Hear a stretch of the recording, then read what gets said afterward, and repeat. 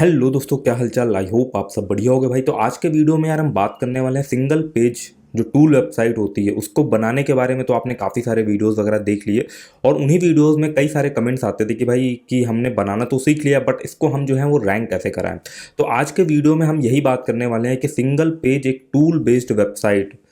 को हम रैंक वगैरह जो है वो कैसे करवा सकते हैं, कैसे उसमें जो है वो ट्रैफिक वगैरह लाया जा सकता है। तो देखो यार, जो आपका एक आर्टिकल बेस्ड वेबसाइट होती है, चाहे तो न्यूज़ वेबसाइट हो या जो भी आप ब्लॉग वगैरह बनाते हो जहाँ पे आप आर्टिकल लिखते हो, ठीक है ना, उसका एसईओ जो है, खासकर मैं बात कर रहा हूँ ऑफ पेज एसईओ की, उसका ऑफ पेज एसईओ का करने का सिस्टम जो है वो थोड़ा डिफरेंट होता है। और एक टूल वेबसाइट जिसमें सिर्फ एक ही पेज होता है या उसके अलावा जो भी पेज होते हैं वो टर्म्स एंड कंडीशन वाले हो गए, डिस्क्लेमर वाला पेज हो गया, ठीक है ना, प्राइवेसी पॉलिसी का पेज हो गया, ठीक है, तो वो मेजर पेज तो होते नहीं, उनका सीओ तो आप करोगे नहीं। तो उसमें यार कुल मिला के कह सकते हो सिर्फ मेजर जो होता है वो सिंगल आपका एक ही पेज होता है जिसमें आपका टूल बना हुआ होता है। तो हम इस तरीके की जो टूल बेस्ड वेबसाइट उनका कैसे एसईओ वगैरह जो है वो कर सकते हैं सिंगल पेज का, और उसमें जो है वो ट्रैफिक कैसे लेकर के आ सकते हैं, ठीक है। एसईओ तो चलो यार एक बात हो ही गई। सबसे इंपॉर्टेंट चीज़ तो ये है कि भाई टूल बेस्ड जो सिंगल पेज की वेबसाइट उसमें कैसे जो है वो ट्रैफिक लेके आया जाए। क्योंकि लिए थोड़ा सा डिफरेंस भी आपको समझना है कि भाई देखो, एक आर्टिकल वाली बेस वाली वेबसाइट में आपने एक चीज़ नोटिस करी होगी कि भले ही कोई ब्लॉग हो, भले ही कोई पॉपुलर ब्लॉग्स हो, चाहे वो न्यूज़ वाली वेबसाइट हो, वो जब भी कोई आर्टिकल लिखते हैं ना, तो कोई भी आर्टिकल जब भी आप कोई कीवर्ड सर्च मारते हो तो जो भी उन वेबसाइटों का आर्टिकल आ रहा हो तो बहुत लंबे समय के लिए जो है वो वहाँ पर नहीं रहता। मान लीजिए कोई आर्टिकल जो है वो पहले नंबर पर रैंक कर रहा है, फॉर एग्जांपल के लिए किसी ने भाई मान लीजिए नीरज चोपड़ा का चला, नीरज चोपड़ा की बायोग्राफी वगैरह लिख दी, ठीक है ना। तो उसमें ये कोई ज़रूरी नहीं होता है कि वो जो आर्टिकल है वो हमेशा ही टॉप पोजीशन पर रहेगा। किसी भी पॉपुलर वेबसाइट का आप ले सकते हो, बहुत जल्दी जो है वो मान लीजिए कि कोई कम पॉपुलर जिसकी अथॉरिटी कम थी उसने आर्टिकल लिखा तो वो संग के संग रैंक हो गया। बाद में क्या है, जो पॉपुलर न्यूज़ वेबसाइट्स वगैरह है, ठीक है ना, उन्होंने जब आर्टिकल लिखे तो उनकी अथॉरिटी ज़्यादा थी तो उनका आर्टिकल टॉप पर रैंक हो गया। तो जैसे जैसे करके ना उसमें यार एक तरीके से कह सकते हो घमासान युद्ध जो है वो लगा रहता है आर्टिकल वाली चीज़ों में। वहीं पर अगर आप टूल वेबसाइट के बारे में बात करोगे, मान लीजिए आप गूगल में जाओगे, एज कैलकुलेटर लिखोगे ना, तो कैलकुलेटर्स डॉट नेट करके जो वेबसाइट है वो यार सालों से रैंक कर रही है, ठीक है। तो अब उसको बीट कर पाना यार, जानते हो, एक तरीके से कह सकते हो बहुत ही टफ चीज़ है। क्योंकि भाई जो यूज़र आ रहा है वो पूरा सेटिस्फाई हो रखा हुआ, उसको प्रॉपर रिजल्ट मिल रहा है ना, तो वो वेबसाइट, जो भी वेबसाइट होती है यार, वो यही चीज़ देखती है कि हाँ यार इस, मतलब गूगल जो है वो यही चीज़ देखता है कि हाँ यार इस वेबसाइट पे जो बढ़िया इंगेजमेंट है, बढ़िया जो भी यूज़र आ रहा है ना वो पूरा सेटिस्फाई होकर के जा रहा है ना, तो भाई वो किसी और वेबसाइट को जो है मौका नहीं देता। उसके लिए फिर आपको जो है वो मेन कीवर्ड को चेंज करके जो है वो रैंक करना होता है। फॉर एग्जांपल के लिए आप भाई एज कैलकुलेटर पे तो नहीं रैंक करोगे, बट कोई बंदा अगर लिख रहा है कि डेट ऑफ बर्थ कैलकुलेटर लिख रहा है, ठीक है ना, या कोई बंदा लिख रहा है how old am I calculator लिख रहा है, क्योंकि अगर आप एज कैलकुलेटर को छोड़ करके ये सब कीवर्ड टाइप करोगे, बर्थडे कैलकुलेटर, ठीक है, how old am I calculator ना, तो आप देखोगे डिफरेंट वेबसाइट हो जाएंगी। तो पहली अप्रोच तो ये जाती है कि जब भी आप किसी टूल वेबसाइट पे काम करने वाले हो ना, तो जो वेबसाइट ऑलरेडी टॉप पोजीशन पर रैंक कर रही काफ़ी लंबे समय से ना, तो उसके सिनोनिम में देखो जा करके लोग और क्या कीवर्ड जो है वो सर्च मार सकते हैं, जिससे जो है वो आपको अपने वेबसाइट को जो है वो ऑप्टिमाइज करना है। उसी कीवर्ड को टाइटल में डालना है, उसी कीवर्ड को जो भी आपने टूल वेबसाइट में थोड़ा सा एक तरीके से टूल वेबसाइट के बारे में लिखने वाले हो वहां पर वो कीवर्ड्स वगैरह यूज़ करने हैं। तो ये तो ऑन पेज एसईओ हो गया ना। अभी हम ऑफ पेज एसईओ की भी बात करेंगे कि ऑफ पेज में क्या आपको डिफरेंट करना पड़ेगा जिससे जो है भाई आपकी वेबसाइट जो है वो रैंक कर पाएगी जाके। तो अब यार ये तो बात ये हो गई कि भाई आर्टिकल वाले में तो आर्टिकल जो है वो समय समय पे चेंज होते रहते हैं। तो अगर आप कोई भी आर्टिकल बेस्ड वेबसाइट पे काम करते हो, उसमें आर्टिकल वगैरह लिखते हो, जेन्युइन कंटेंट लिखते हो, तो आपका भी मौका आ जाएगा, आपका भी जो आर्टिकल है वो रैंक कर सकता है। पर टूल वेबसाइट में यार थोड़ा सा टिपिकल होता है, क्योंकि कोई एक टूल वेबसाइट जो है वो टॉप पर रैंक कर रही है तो भाई रैंक ही करती रहती है। तो उसके लिए जो आपको है उसके अल्टरनेटिव कीवर्ड पर जो है वो उनमें फोकस करना चाहिए, ठीक है। बट अगर आप एक ऐसा कोई कीवर्ड ढूंढ लेते हो जिसमें जो मेन कीवर्ड है ना उसी से ही रिलेटेड जो टूल वेबसाइट है वो काफ़ी कम है, मतलब पहले पेज में जो है मेन कीवर्ड से रैंक कर सकते हो। फॉर एग्जांपल के लिए आपके कंपटीशन में 4 या 5 ही वेबसाइट है, तो उस केस में देखो होता क्या है, देखो एक और भी चीज़ आपको समझनी चाहिए कि एक आर्टिकल वाली वेबसाइट में होता क्या है कि एक बंदे को इन्फॉर्मेशन वेरीफाई करने के लिए, फॉर एग्जांपल के लिए वो किसी हेल्थ से रिलेटेड कोई टॉपिक के बारे में ढूंढ रहा है, ठीक है ना, दांतों के दर्द के बारे में मान लो कोई आर्टिकल ढूंढ रहा है, ठीक है ना, तो वो ये देखता है कि पहले आर्टिकल में क्या इन्फॉर्मेशन है, दूसरे तीसरे कई सारे मल्टीपल आर्टिकल जो है वो ओपन करके इन्फॉर्मेशन को वेरीफाई करता है कि हाँ यार सेम जैसी इन्फॉर्मेशन मिल रही है, ये लोग अलग अलग बात कर रहे हैं, ठीक है ना। बट वहीं पर टूल वेबसाइट में मान लो कोई बंदा आया भाई अपनी एज कैलकुलेट करने के लिए, तो भाई पहली वेबसाइट पर गया, उसकी एज कैलकुलेट हो गई, फिर वो दूसरी वेबसाइट वेबसाइट में क्यों जाएगा? तभी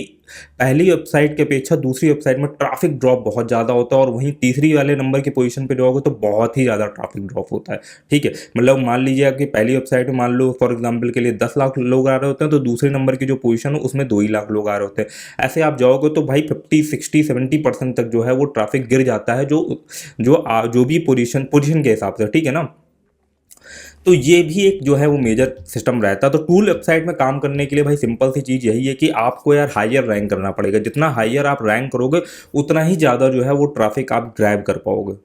और टूल वेबसाइट में अगर एक बार आप यार सही से रैंक कर जाते हो तो भाई लॉन्ग टर्म के लिए भी जो कहानी चलती है, अगर आपका टूल ऐसा बना हुआ है कि लोग इंगेज कर रहे हैं ना, तो जो आपका टूल है बहुत लंबे समय के लिए जो है भाई वहाँ पर फिक्स हो जाता है। तो भाई देखो, सिंगल पेज की जो टूल वेबसाइट होती है ना, उसका ऑफ पेज एसईओ के पॉइंट ऑफ व्यू से अगर आप चलोगे ना, तो भाई आपको अपने नए टूल की, जो भी आपका सिंगल पेज का टूल है, उसकी करनी पड़ेगी भाई आपको प्रमोशन। अगर आप एक हाईली कॉम्पिटिटिव कीवर्ड पर जो है वो टारगेट कर रहे हो और चाहते हो कि उस पर आप जो है वो एकदम से रैंक कर पाओ जा करके, तो भाई आपको करनी पड़ेगी उसकी प्रमोशन। मैं एग्जांपल के तौर पे आपको ये चीज़ समझाता हूँ। मैंने एक वीडियो बनाया था जिसमें मैंने आपको बताया था कैसे जो है एबीपी न्यूज़ टाइप के जो इनके न्यूज़ वाले पोर्टल है ना, वो एज कैलकुलेटर उन्होंने टूल बनाया हुआ, और उसको गूगल एडसेंस से कोई बंदा जब गूगल में सर्च करता था एज कैलकुलेटर, तो उसको गूगल एडसेंस के ऐड चला करके उनका जो ऐड है वो टॉप पे आ रहा था। वो मतलब अपने सिंगल पेज को जो है, जो भी इनका एज कैलकुलेटर का टूल है, उसको प्रमोट कर रहे थे ऐड चला करके। अब यहाँ से आप कॉन्सेप्ट समझो जा करके कि जो भी आपके सिंगल पेज की वेबसाइट होती है उसमें कोई आर्टिकल तो होते नहीं है। अब जब आर्टिकल इतने ज़्यादा होते नहीं है तो आपके बहुत ज़्यादा कीवर्ड भी नहीं बनते हैं। और जो आर्टिकल बेस्ड वेबसाइट होती है उसमें कई बार क्या होता है कि मान लीजिए आपने 10 आर्टिकल लिखे, वो नहीं रैंक करे, 11वां आर्टिकल लिखा, वो रैंक हो गया, और उस 11वें आर्टिकल से आपने 10वां आर्टिकल को इंटरलिंकिंग कर दी। तो इंटरलिंकिंग से करने के उससे हुआ क्या कि कोई बंदा जब आपके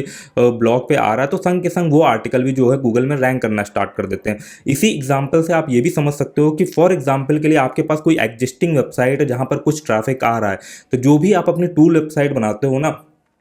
अपनी ही टूल वेबसाइट का अपनी एग्जिस्टिंग वेबसाइट पे जितना ज़्यादा हो सके ऐड चलाओ। Add in the sense banner पे अपने टूल वेबसाइट की इन्फॉर्मेशन दे दी, साइड में टूल इन्फॉर्मेशन की वेबसाइट की इन्फॉर्मेशन दी। अगर आप कोई आर्टिकल वगैरह लिख रहे हो वहाँ पर रिलीवेंट बैठ रहा है तो वहाँ पर अपनी टूल वेबसाइट का जो है लिंक घुसेड़ दिया, ताकि कोई बंदा अगर विजिटर आपके किसी दूसरे ब्लॉग में आ रहा है तो वहाँ से रिफर करके जो बंदा उस टूल वेबसाइट पर भी जाए। क्योंकि जब आपका टूल वेबसाइट भाई नया होता है तो उसमें कोई आ तो रहा नहीं होगा। जब आ नहीं रहा होगा तो गूगल को कैसे पता चलेगा एनालाइज करके कि हाँ भाई आपका टूल बहुत बढ़िया है, इसको भी जो है वो रैंक करना चाहिए। कुछ इनिशियल ट्रैफिक तो चाहिए होता है। प्लस दूसरी चीज़ ये है, जैसे मैंने आपको बताया ना कि भाई एबीपी न्यूज़ ने जो है वो ऐड चला के प्रमोशन करा था। अगर आपको लग रहा है कि आपके टूल में दम है और आप ऐड चलाते हो अपने टूल का ना, और वहाँ पर जो विजिटर जो बंदे आने लगेंगे वो आपके टूल को फिर बाद में, एक बार तो आपने ऐड के थ्रू जो है वो बंदों को अपने टूल पे लेके आ गए, बाद में आपका टूल इतना बढ़िया होना चाहिए कि बंदा जो है वो आपके वेबसाइट का डोमेन का नाम याद रख लो, डायरेक्ट वहाँ पे आने लगे।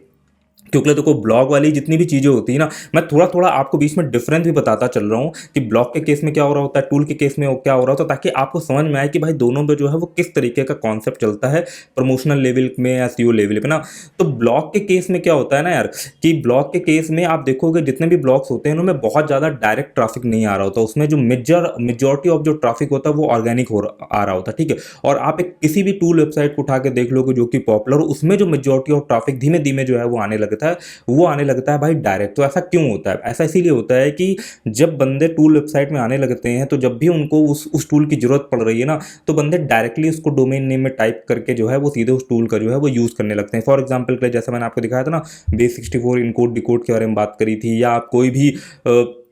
इमेज कन्वर्टर वाले टूल देख लेना जाकर ना, उनमें देखोगे मेजॉरिटी ऑफ पोर्शन जो होता है वो विजिटर का वो डायरेक्ट ट्रैफिक का होता है। तो इसका भी यहाँ पे ये बेनिफिट मिल जाता है कि मान लो आप अपने टूल वेबसाइट को भाई ऐड में चलाते हो, तो अगर आपका टूल में इतना पोटेंशियल, इतना यूजर फ्रेंडली, इतना बढ़िया है कि वहाँ पर जो ऐड के थ्रू फॉर एग्जाम्पल कोई वेबसाइट टॉप पर रैंक कर रही हो, वो टूल इतना बढ़िया नहीं था, उससे एडिशनल एक स्टेप ऊपर उठ करके आपने अपने टूल को जो है वो एडवांस बना रखा हुआ है। तो मान लो आप ऐड में चलाते हो, ऐड के थ्रू जो है वो आपका जैसे होता नहीं, कोई कीवर्ड सर्च मारते हो तो ऐड में आपका टूल जो है वो डिस्प्ले हो जाएगा, और वहां से बंदे क्लिक करके जब आपके टूल में आ रहा है तो वो देखिए कि हाँ यार जो एग्जिस्टिंग टूल वेबसाइट है उसी कीवर्ड पर रैंक कर रही है, उससे ज़्यादा इस बंदे ने जो है वो कुछ कर रखा है, या आप उससे ज़्यादा जो है यूज़र फ्रेंडली बना रखा हुआ है, जीयूआई ज़्यादा अच्छा बना रखा हुआ है, इंटरफेस बहुत अच्छा बना रखा है ना। तो बंदे सोचते हैं कि चलो यार अब हम इसी टूल को जो है वो यूज़ करेंगे।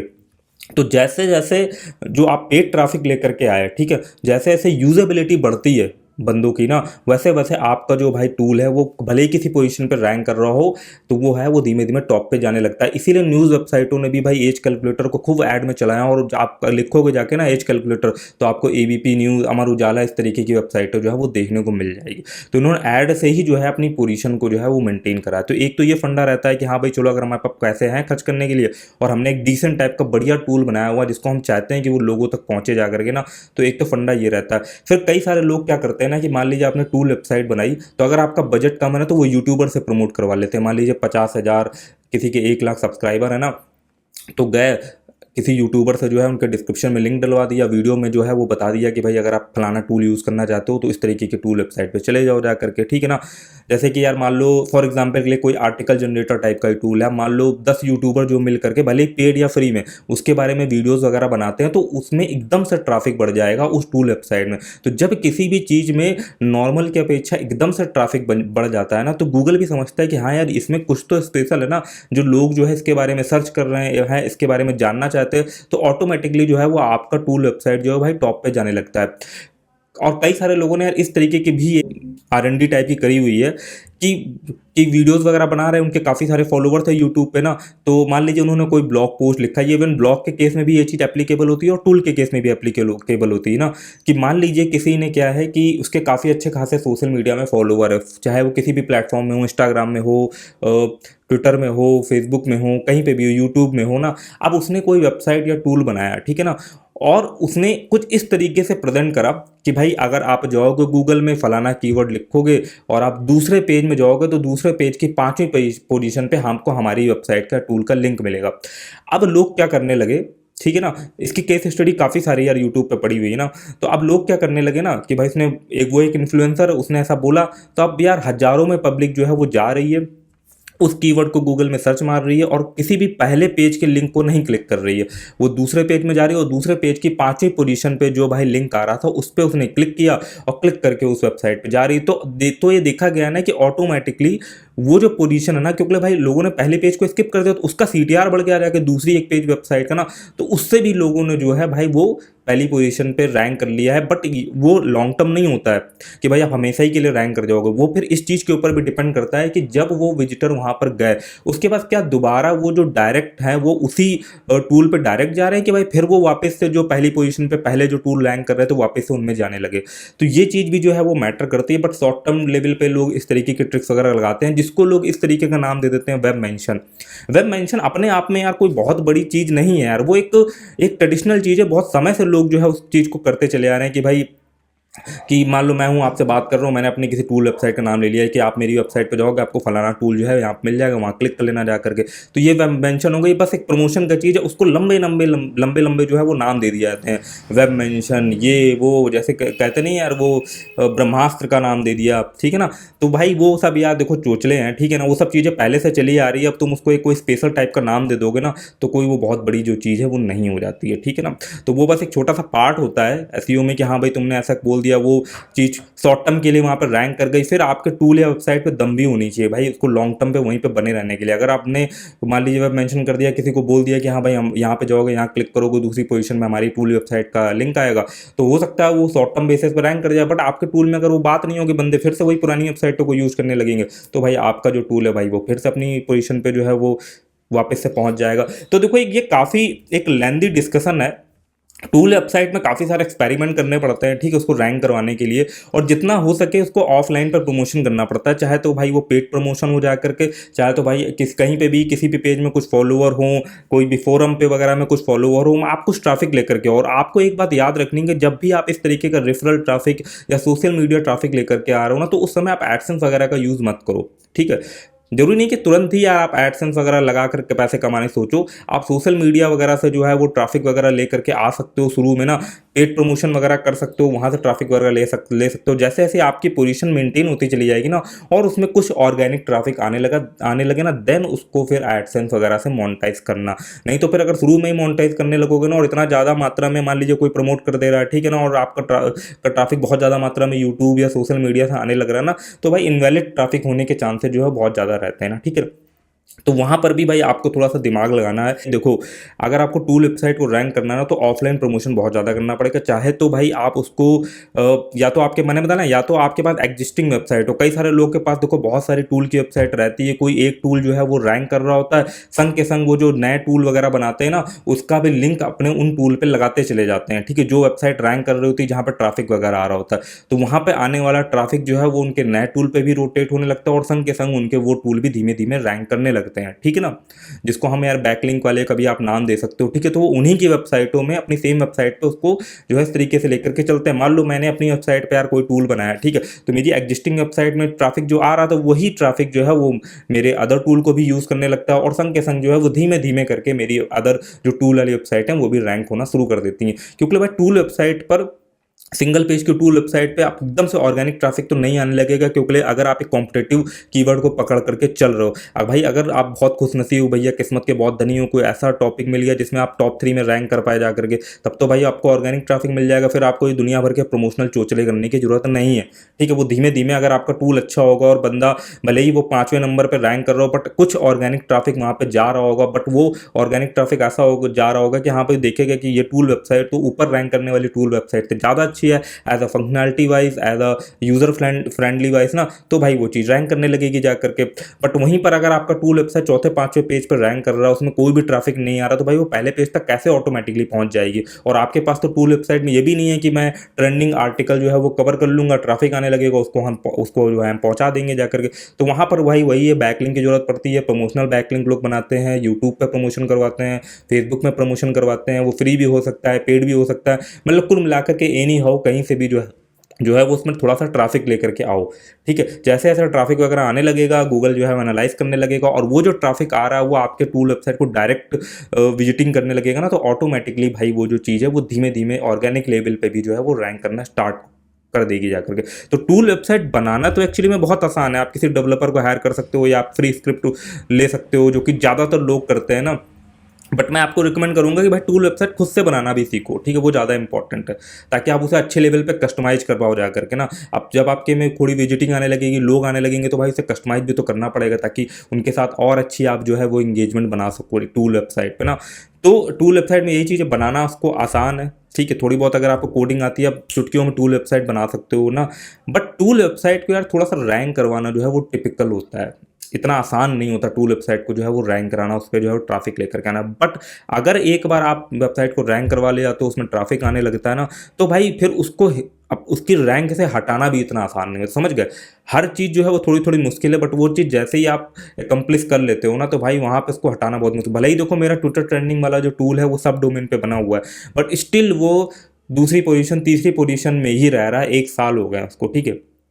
तो यही सारी चीज़ें हैं। आई होप यार आपको समझ में आई होगी। बहुत सारी चीज़ें, बहुत सारे बातों के ऊपर हमें डिस्कस कराना, कोई भी ट्रिक नहीं होती भाई। पहले बात तो ये चीज़ भूल जाओ कि कोई ट्रिक होती है, आप बस ऐसे चुटकी यूँ करोगे ना और बस आपकी वेबसाइट रैंक कर जाएगी। बहुत सारी स्ट्रैटेजी लगती है यार। ठीक है ना, आर्टिकल वाले केस में तो भाई लिख रहे हो कीवर्ड, कोई ट्रेंडिंग टॉपिक जो है वो हिट हो गया और वो रैंक करके जाएगा। बट टूल वेबसाइट में काफ़ी सारी स्ट्रैटेजी लगती है, काफ़ी अलग अलग टूल वेबसाइट को रैंक करवाने के लिए अलग अलग स्ट्रैटेजी लगती है। ठीक है, वो जब आप काम करोगे, डिफरेंट डिफरेंट टाइप की चीज़ एक्टिविटीज़ करके देखोगे ना यार, तब आपको जो है वो कहानी जो है वो पता चलती है। तो यार बहुत लंबा यार वीडियो हो गया, अब क्या करें यार, इतनी सारी बातें जो है वो माइंड में आ रही थी। मैंने कहा यार सब बातें जो है वो आपके साथ डिस्कस कर लूँ, आपको हर तरीके का सिनेरियो जो है वो मैं किसी तरीके से एक्सप्लेन कर पाऊँ जाके, ताकि आप समझ पाओ कि यार क्या क्या डिफरेंसेस है, और अपने अकॉर्डिंगली काम कर पाओ। ज़बरदस्ती जो है वो टूल वेबसाइट में भी नहीं घुसना है, क्योंकि वो बनाने में बहुत आसान लग रहा है, ऐसा नहीं है। ये भी चीज़ देखो जाके कि वो रैंकिंग में उतना ही थोड़ा सा टिपिकल है। तो अगर आप उस चीज़ के लिए होता है यार,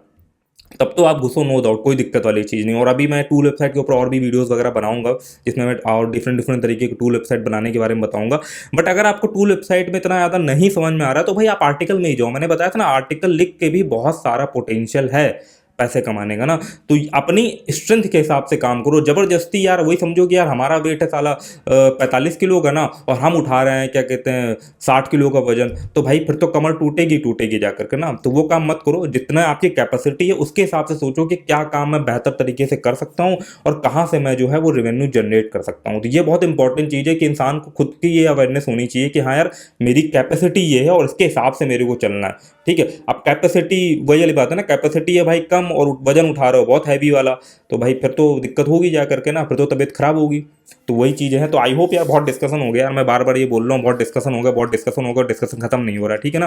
तो चलो यार डिस्कशन को खत्म करते हैं। अगर आपको इन्फॉर्मेशन बढ़िया लगी हो तो भाई वीडियो को लाइक कर दिया करो और हमें भी मोटिवेट करा करो, ठीक है। और ऐसी यूजफुल इन्फॉर्मेशन चाहिए, ऐसा यूजफुल डिस्कशन चाहिए तो भाई चैनल को जो है वो सब्सक्राइब कर सकते हो। जो भी मेरे पर्सनल एक्सपीरियंसेस रहते हैं वो सब यार वीडियो के माध्यम से यूट्यूब पे आते रहेंगे, ठीक है। चलो यार मिलते हैं हम किसी और इन्फॉर्मेटिव वीडियो में, तब तक के लिए भाई धन्यवाद।